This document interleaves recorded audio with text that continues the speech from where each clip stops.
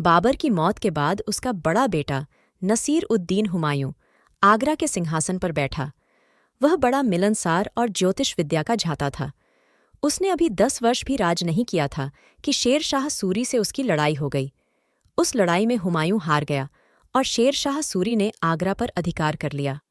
अपनी जान बचाता हुमायूं अपने कुछ साथियों के साथ पंजाब की ओर भागा।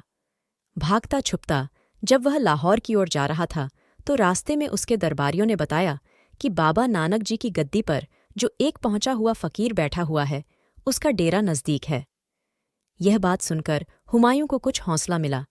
वह यह बात अच्छी तरह जानता था कि बाबा नानक जी उसके पिता बाबर से मिले थे। बाबर को गुरु नानक जी ने कुछ शिक्षात्मक शब्द कहे थे, जिस पर उसके चलने की सौगंध खाई थी। हुमायूं ने अपनी सेना को वहीं सड़क से कुछ दूर पड़ाव डालने का आदेश देकर खुद खडूर साहिब की ओर चल पड़ा। उनके साथ चुने हुए कुछ सेवकों के साथ उनकी बुद्धिहीन बहन गुलबदन भी थी। हुमायूं जब खडूर साहिब पहुंचा तो उसने सोचा कि गुरु नानक देव जी, गुरु गद्दी पर बैठने वाला फकीर, किसी छोटे मोटे मकान या झोपड़ी में रहता होगा। लेकिन जब खडूर साहिब आकर उसने गुरु नानक जी के वारिस के बारे पूछा तो गांव के लोगों ने बताया कि उनका दरबार उच्चे टिब्बे के ऊपर है। हुमायूं घोड़ा भगाता अपने सेवकों समेत दरबार के पास जा पहुंचा। उस समय दरबार लगा हुआ था और गुरुजी ईश्वरीय वाणी की व्याख्या कर रहे थे। दरबार के बाहर कुछ सिख खड़े थे।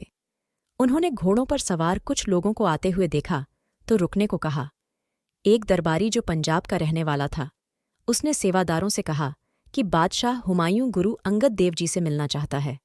सेवादारों ने कहा कि अभी दरबार लगा हुआ है और गुरुजी किसी से मिल नहीं सकते, परंतु यदि तुमने सत्संग सुनना है तो पैदल अंदर जाकर धरती पर बैठ सकते हो।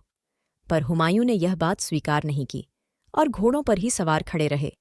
जब सत्संग की समाप्ति हुई तो बड़ी संख्या में संगत को बाहर निकलते देखकर हुमायूं बहुत हैरान हुआ। फिर वह घोड़ों से उतरकर दरबार में गुरुजी के सामने गया। तब गुरुजी कुछ सिखों के साथ सलाह मशवरा कर रहे थे।